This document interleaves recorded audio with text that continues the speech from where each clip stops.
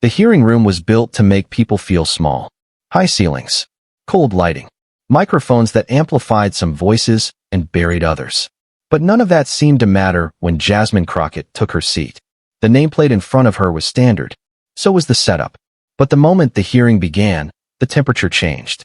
It was the House Judiciary Committee, and the hearing was on the Stop Illegal Entry Act, a bill marketed as border enforcement, but structured like a shortcut. One that erased due process for people already locked out of the room. The language of the bill was technical, dense. It leaned on words like expedited and discretionary authority. Words that sounded neutral until you looked closer and realized what they erased. Jasmine Crockett had read every line, and she was not going to pretend it was a debate. Because for her, this was not academic. It was personal. Representative Pramila Jayapal had introduced an amendment. It was simple. It required that people like Kilmar Abrego Garcia, a father detained and deported without adjudication, receive due process before being removed from the country. The amendment didn't grant immunity. It didn't open borders. It asked for one thing: a hearing, a voice, a moment in court before a life was changed forever. Some members dismissed it before the language was even read aloud. Others smirked as Jayapal explained the legal precedent behind the amendment. Jasmine listened. She waited. And when the floor was yielded, she didn't ask for silence. She took it. Let's be clear, Jasmine said, her voice controlled. What's being debated here isn't border security. It's whether the Constitution still applies to the people who can't speak for themselves. A few heads turned. Not because of volume, but because of tone. Jasmine wasn't raising her voice. But she wasn't yielding, either. One of the things I hear in this chamber over and over, she continued, is the word illegal. As if that word solves everything. As if that word ends the conversation. But what we're talking about here isn't just about who broke a rule. It's about who gets the right to explain why. There was a pause. No one interrupted. So Jasmine kept going.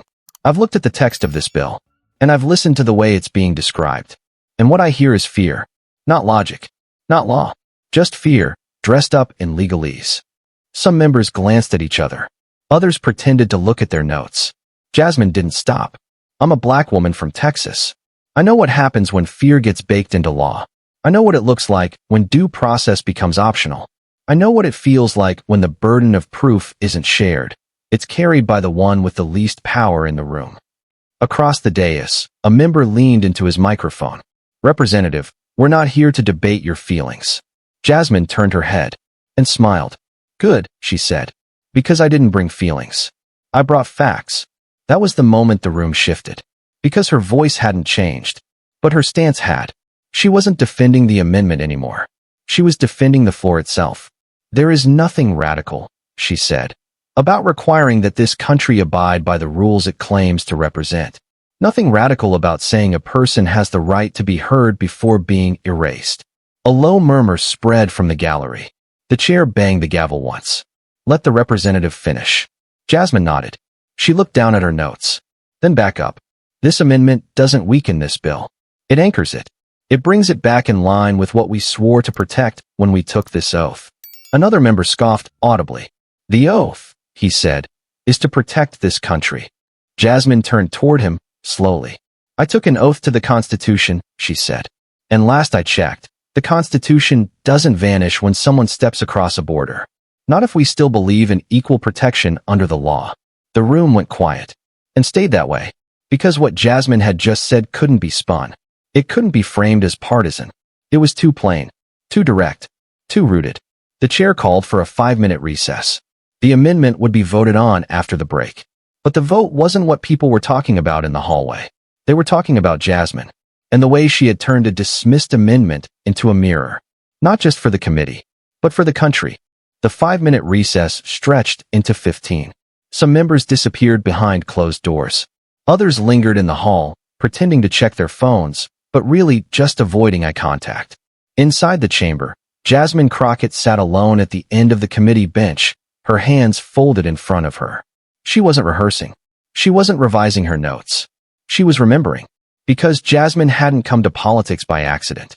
She had come from courtrooms, from cross-examinations, from moments where the people with the fewest resources were given the fewest chances to be understood. And what she had learned in those rooms stayed with her. that the law is only as fair as the people interpreting it. That voice doesn't equal power unless it is heard. And that silence, when used well, is not weakness.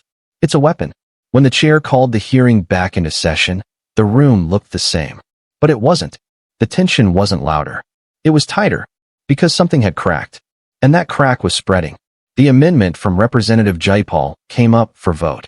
One by one, members called out their responses. No, no, no. The opposition was coordinated, confident, until one voice broke the rhythm. Yes. It was soft, measured, almost cautious, but it was clear, and it was followed by another, then another. The amendment didn't pass, but it didn't fail quietly, and that made all the difference. Because what Jasmine had done wasn't just deliver a rebuttal. She had shifted the weather. She had forced neutrality to declare itself. And once neutrality has to speak out loud, it's never neutral again. After the vote, a senior member leaned toward her. "You made your point," he said quietly. "You didn't need to go that far." Jasmine looked at him, calm. "That far," she repeated. "You mean reminding the room what we actually swore to protect?" He said nothing, because there was nothing to say, and Jasmine didn't wait for a response. She turned to gather her papers. But before she could stand, another member, one who had voted no, leaned in from across the aisle. His voice was lower, less certain. "You really think due process should apply to everyone?" Jasmine didn't blink. "Yes," she said, "especially the ones we're most tempted to exclude." He nodded once, slowly, not in agreement, but in understanding. And in that moment, Jasmine saw it. That crack again. Not wide, not loud, but spreading. Because in rooms like this, built to maintain power, real change never starts with consensus. It starts with discomfort. And Jasmine Crockett had just made the room deeply uncomfortable. But she wasn't finished. Later that week, the same committee held a follow-up session. Different bill, different language, same subtext. Another policy designed to expedite detention with limited oversight. And again, Jasmine listened. Again, she waited. And when the floor was yielded, she did not repeat her previous speech. She did something more dangerous. She asked a question. "If someone is denied a hearing," she said slowly, "and later found to have been eligible to stay, what recourse do they have?" Silence. Not because no one had the answer, but because everyone did. None. Jasmine let the silence sit. And this time, no one tried to cut her off. Because the truth wasn't in the words. It was in the stillness. And that's what Jasmine understood better than anyone in that room. That sometimes the most savage clapback isn't a comeback. It's a question that doesn't let you look away. By the following Monday, clips from the hearing had begun circulating online. But it wasn't the policy breakdowns or the debate summaries that people were sharing. It was the moment Jasmine Crockett leaned into the microphone, called the bluff of a room full of lawyers, and asked the question no one wanted to answer. What happens to someone who's denied a hearing and turns out to be right? The clip had no background music, no edits, no flair, just a woman in a dark blazer, holding the room still with 5 calm words. What recourse do they have? It was not the loudest moment of the hearing, but it was the one that stayed with people. In the halls of Congress, staffers began repeating it to each other. In think tanks and academic panels, legal experts began referencing it by name. And on the other side of the aisle, even among those who had voted against the amendment, something shifted. Because Jasmine hadn't humiliated anyone. She had simply exposed the difference between policy and consequence, and made it impossible to look away. When the committee reconvened for the final markup of the bill, the tone was different. One member, who had previously dismissed due process concerns as distractions, opened his remarks with an acknowledgement. He didn't name Jasmine directly, but he didn't have to. He spoke of balance, of caution, of remembering that enforcement without review is not order, it's risk. Jasmine didn't react. She just listened, because her job wasn't to take credit. Her job was to protect the floor beneath the rhetoric. And the floor was holding. When the markup concluded, the bill moved forward, but with new language inserted quietly into the appendix. A provision requiring quarterly oversight of expedited removals. It wasn't a full reversal, but it was a foothold, a way in. And it existed because someone had refused to let the conversation stay comfortable. That afternoon, as Jasmine packed up her folders, a young staffer from another office approached her. He looked nervous. He introduced himself, then hesitated. "I just wanted to say," he said, that I've never seen someone make silence feel that loud. Jasmine looked at him for a moment, then smiled. Sometimes that's the only volume they can't interrupt. The staffer nodded, almost in relief. Because he hadn't come to flatter. He had come to learn. And Jasmine had taught something no rulebook ever would. That power doesn't always wear a gavel. Sometimes it wears composure. Sometimes it wears restraint. And sometimes the strongest voice in the room is the one that doesn't flinch when silence is the only reply.